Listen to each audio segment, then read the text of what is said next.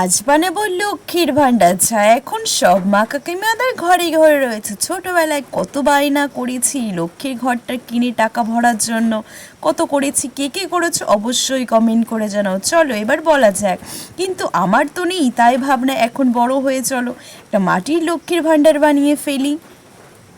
তার জন্য কাদাটাকে সুন্দর করে আমি ছেনে নিয়েছি। ছেনে ভালো করে দেখো, আমি এটাকে লুচির মতো গোল করে রাউন্ড শেপে বেলে কেটে নিয়েছি। কাদা এবার আমি ছোট ছোট কাদার রিং বানিয়ে নিয়েছি, সেটা পটারি সার্কেলের চারিপাশ দিয়ে এক একটা করে অ্যাটাচ করে দিয়েছি। এবার সুন্দর করে আমি সেটাকে ফিনিশিং দিয়ে নিচ্ছি হাতের সাহায্যে।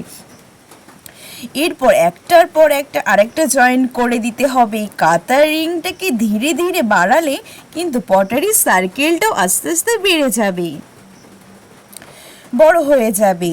এইভাবে একটা ভান্ডারের শেপ দিয়ে দিয়েছি। আর একটা বানিয়ে সেটা আমি মাথায় জয়েন করে দিয়েছি। জয়েন করে সেটা ভালো করে আমি অ্যাটাচ করে দিয়েছি বন্ধুরা।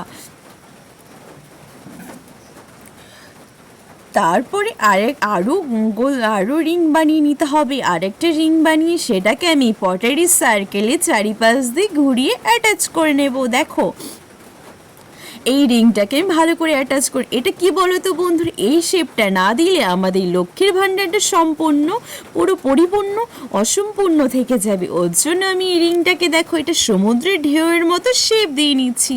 এটা আমাদের লক্ষ্মীর ভাণ্ডার সব থেকে ইম্পর্টেন্ট জিনিস, ওর জন্য আমি সুন্দর করে সেটাকে অ্যাটাচ করে নিচ্ছি। এবার ভালো করে এবার জল দিয়ে আমি সুন্দর করে পটারি সার্কেলটাকে সুন্দর ফিনিশিং এনে নিচ্ছিলাম বন্ধুরা। এইভাবে শেপটা না করলে কিন্তু লক্ষ্মীর ভাণ্ডারটা কিন্তু একেবারেই অসম্পূর্ণ।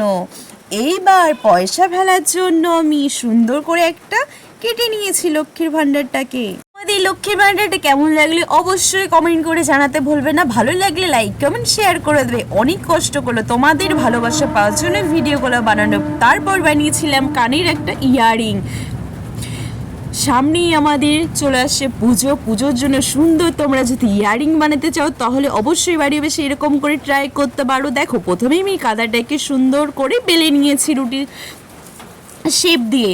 তারপরে গোল করে একটা বোতলের মুটকি মানে একটু কৌটার মুটকির সাহায্যে সেটাকে গোল করে নিয়েছি। তারপর পরপর আরও কটা মুটকির সাহায্যে আমি সেটাকে সুন্দর করে ডিজাইন করে নিয়েছি। দেখো গোল গোল করে এবার আমি সুন্দর করে ডিজাইন করবে। তার জন্য আমি মেলা থেকে কিনেছিলাম সুন্দর সুন্দর কতগুলো হাতা খুন্তি, সেগুলো দিয়ে আমি ডিজাইন করে নিয়েছি। দেখো একটার পর একটা সুন্দর করে ডিজাইন করে নিতে হবে। এবার নেওয়ার পর আমি সেটাকে ফিনিশিং দিয়ে নিচ্ছিলাম হাতের সাহায্যে। দেখো কত সুন্দর একটা শেপ চলে এসছে।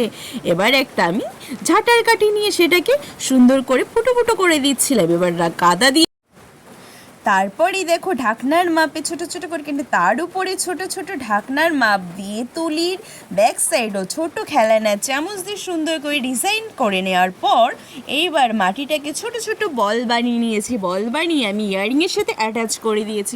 এবার সুন্দর সুন্দর দেখো ইয়াররিং বানাবো দুটো কিউট কিউট। আমি এটা ছিল আমার তুলি দিয়ে আমি তুলির ব্যাক সাইডগুলো দিয়ে এটাকে সুন্দর ডিজাইন শেপ করে নিয়েছি।